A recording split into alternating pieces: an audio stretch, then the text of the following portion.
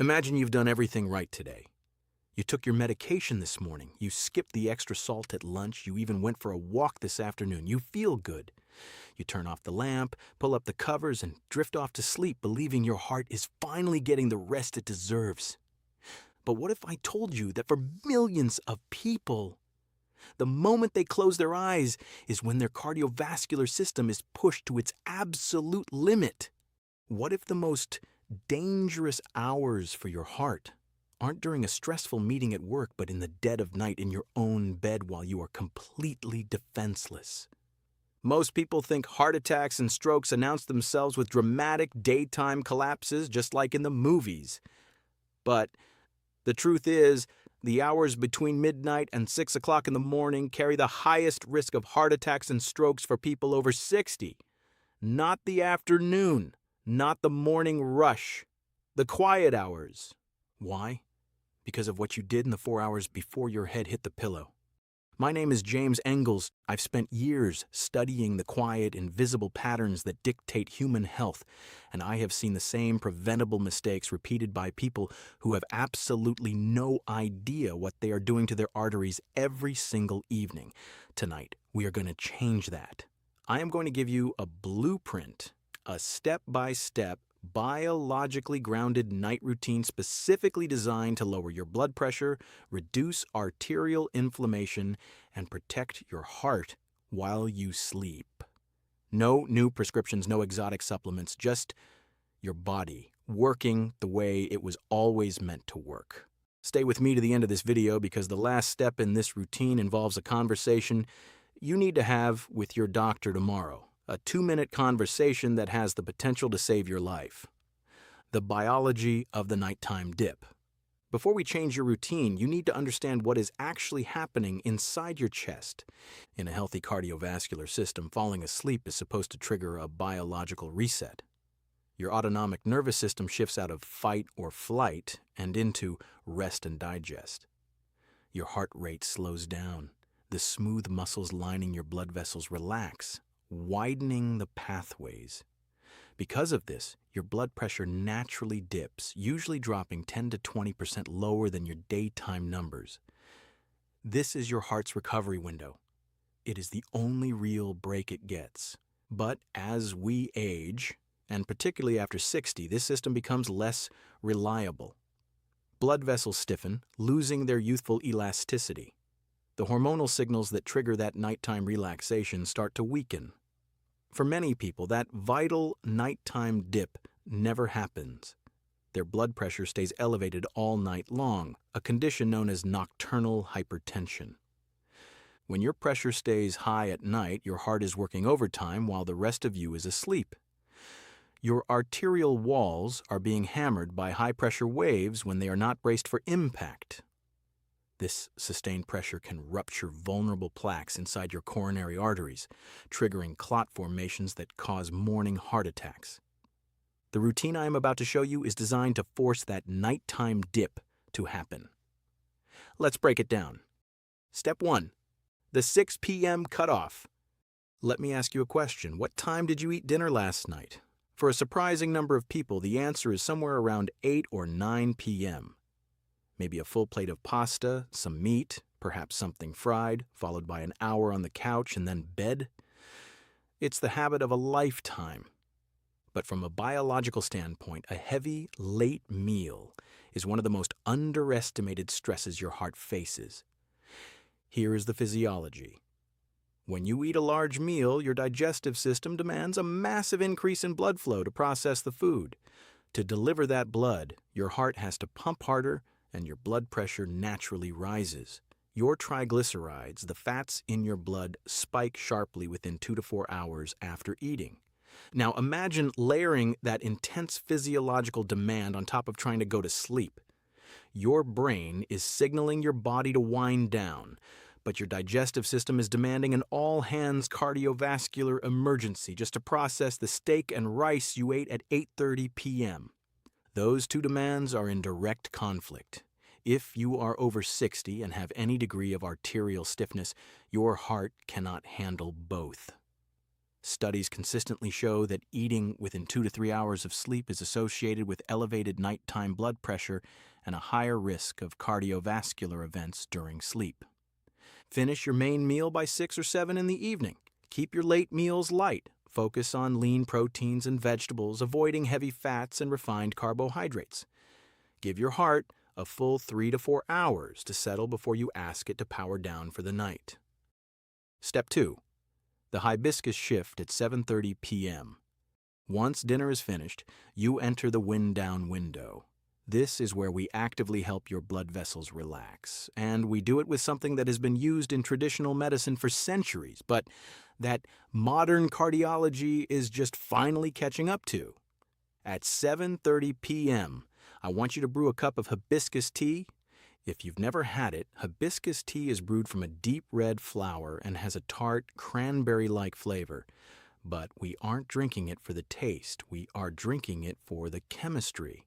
Hibiscus flowers contain specific compounds called anthocyanins and organic acids. When these compounds enter your bloodstream, they act on your blood vessels in a way that is strikingly similar to a class of prescription medications called ACE inhibitors. ACE inhibitors are among the most commonly prescribed blood pressure drugs in the world. They work by blocking an enzyme that causes your blood vessels to constrict. Hibiscus does the same thing naturally, gently telling your blood vessels to stay open and relaxed. A meta-analysis published in the Journal of Nutrition found that regular hibiscus consumption reduced systolic blood pressure by an average of 7.5 points. That is clinically significant. Brew 1 cup of hibiscus tea in the evening. Do not add sugar, as refined carbohydrates will spike your insulin and trigger your vessels to constrict, undoing the very work we are trying to accomplish. Note, if you are already taking a prescription ACE inhibitor, speak with your doctor before drinking hibiscus daily, as the combined effect could lower your pressure more than intended. Step 3. The walnut protocol at 9 p.m. About 30 minutes before you plan to go to sleep, we're going to send one final powerful signal to your cardiovascular system that it is time to stand down. We are going to use walnuts. Eating about 30 grams of walnuts, which is roughly 14 halves, 30 minutes before bed has been shown in multiple studies to meaningfully reduce nighttime blood pressure. Why walnuts? Because they are one of the richest plant sources of alpha-linolenic acid, a powerful plant-based omega-3 fatty acid that directly targets and reduces vascular inflammation. Furthermore, walnuts naturally contain melatonin and a compound called L-arginine. Your body uses L-arginine to synthesize nitric oxide. Nitric oxide is a gas produced by the lining of your arteries that acts as nature's ultimate vasodilator. It forces the smooth muscles around your blood vessels to relax, widening the pipe so blood can flow with less resistance. Eat exactly 30 grams, about 14 halves, of walnuts half an hour before bed. Think of it as a biological lullaby for your arteries. Step 4. The hydration misconception at 9:30 p.m. This next step addresses a habit driven by pure logical common sense, which is exactly why it is so incredibly dangerous. Many people over 60 deliberately stop drinking water in the late afternoon. The reasoning makes perfect sense. They want to avoid waking up at 2 o'clock in the morning to use the bathroom. Disrupted sleep is frustrating, and getting out of bed in the dark increases the risk of falls. I understand this logic completely, but from a cardiovascular standpoint, going to bed dehydrated is a massive risk factor that almost nobody talks about. When you are dehydrated, your blood becomes viscous. It gets thicker. It does not flow freely. If you have a young, elastic cardiovascular system, your body can handle that inconvenience. But if you are over 60, dealing with any level of arterial stiffness or plaque buildup, thick blood is a crisis waiting to happen. Thick blood moves slowly through narrowed arteries, making it highly prone to forming clots. Now, combine that slow, thick blood with a body that is lying perfectly still for 8 hours. Add in the fact that your heart rate naturally slows down during sleep. That combination, dehydration, a slow heart rate, reduced movement, and existing vessel disease, is exactly why strokes and heart attacks tend to cluster in the early morning hours. Do not let your blood thicken overnight because you were trying to avoid a bathroom trip. Drink 1 full glass, just 8 ounces, of water right before you get into bed. It is enough to ensure your blood maintains the right viscosity without entirely overloading your bladder.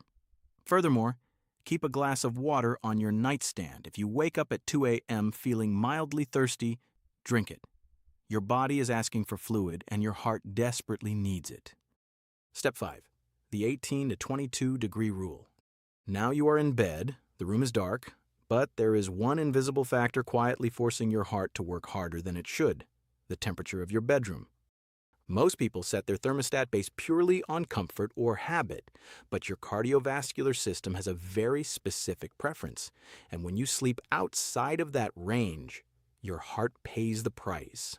Let's look at a room that is too warm. Anything above 22 degrees Celsius, roughly 72 degrees Fahrenheit, when the room is hot, your body has to actively work to dissipate heat while you sleep. Your blood vessels dilate, your heart rate stays elevated, and you sweat. That sweating leads to fluid loss, which brings us right back to the deadly dehydration and thick blood problem we just discussed. Additionally, your sleep quality plummets, robbing your heart of the deep, restorative sleep stages it needs for overnight recovery.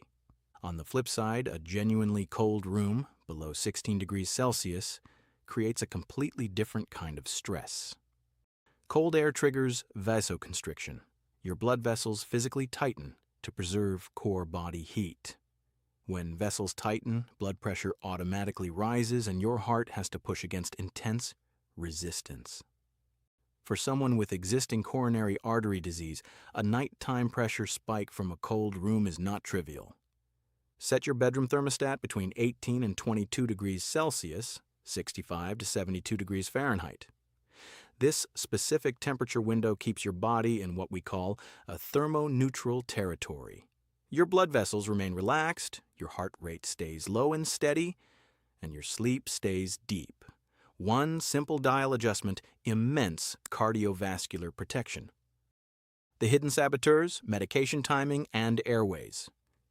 If you follow the 5 steps I just outlined, eating early, drinking hibiscus, eating walnuts, hydrating, and cooling the room, you will have built a fortress around your cardiovascular system. But I promised you at the start of this video that there is a fatal flaw that can render all of this useless. 2 silent saboteurs can destroy your nighttime dip, and you must address them. Saboteur number 1, sleep apnea.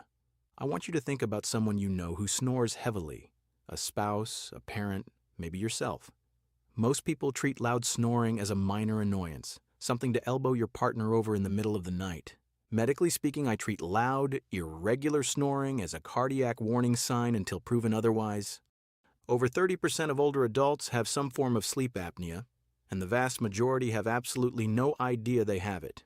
Here is what is actually happening. You fall asleep, your airway collapses, and you stop breathing for 10, 20, sometimes 40 seconds.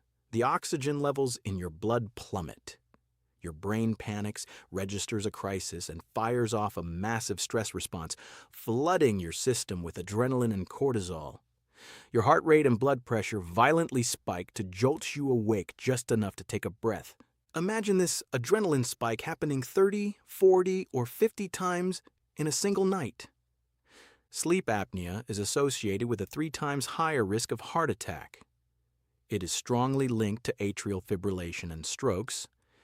If you snore heavily, or if anyone has ever told you that you stop breathing in your sleep, getting evaluated for sleep apnea is not optional. It is mandatory for your survival. Until you get evaluated, try sleeping on your side rather than your back, as back sleeping dramatically worsens airway obstruction. Saboteur number 2, medication timing. This is the conversation you need to have with your doctor tomorrow. Statistically, if you are over 60, there is a high probability you take blood pressure medication. When do you take it? Most people take it first thing in the morning. If you take your blood pressure medication at 7 a.m., by the time you reach the early morning hours of the following night, the exact window between midnight and 6 a.m., When your risk of a cardiac event is highest, that medication may be wearing off. You might be leaving yourself completely unprotected when you are most vulnerable. There is powerful clinical evidence, including data from the Hygia chronotherapy trial, demonstrating that taking at least one of your blood pressure medications in the evening significantly reduces cardiovascular risk during sleep. It forces the nighttime dip to happen. Call your doctor. Tell them you want to discuss the timing of your blood pressure medication and ask specifically if evening dosing would be safer for your specific health profile. It is a 2-minute conversation. Do not change your medication schedule on your own. Always do this under the supervision of your physician, but you must have the conversation. I know this feels like a lot of information, but when you step back and look at it, we are not talking about radical, life-altering disruptions. We are talking about an evening routine. And let's summarize your new blueprint for a heart-safe night. 1. 6 p.m. to 7 p.m. Finish your dinner. Lean protein, vegetables, keep it light. 2. 7:30 p.m. Drink 1 cup of warm hibiscus tea to gently lower vascular resistance. 3. 9 p.m. Eat 30 grams, about 14 halves of walnuts to reduce inflammation and boost nitric oxide. 4. 9:30 p.m. Set your bedroom thermostat between 18 and 22 degrees Celsius, 65 to 72 Fahrenheit. 5. Right before bed, drink 8 ounces of water to prevent your blood from thickening overnight and keep a glass on your nightstand. 6. In bed. Sleep on your side if you snore, and if you haven't already, talk to your doctor about the timing of your blood pressure medication. Your body is not broken. Aging it does not mean you have to surrender to declining health. In most cases, your body is simply compensating for the conditions it is being subjected to. When you change the conditions, you change the outcome. Give your heart the environment it needs to rest, and it will reward you with years of vitality. Take care of yourself tonight. Start this routine this evening. I'll see you in the next video.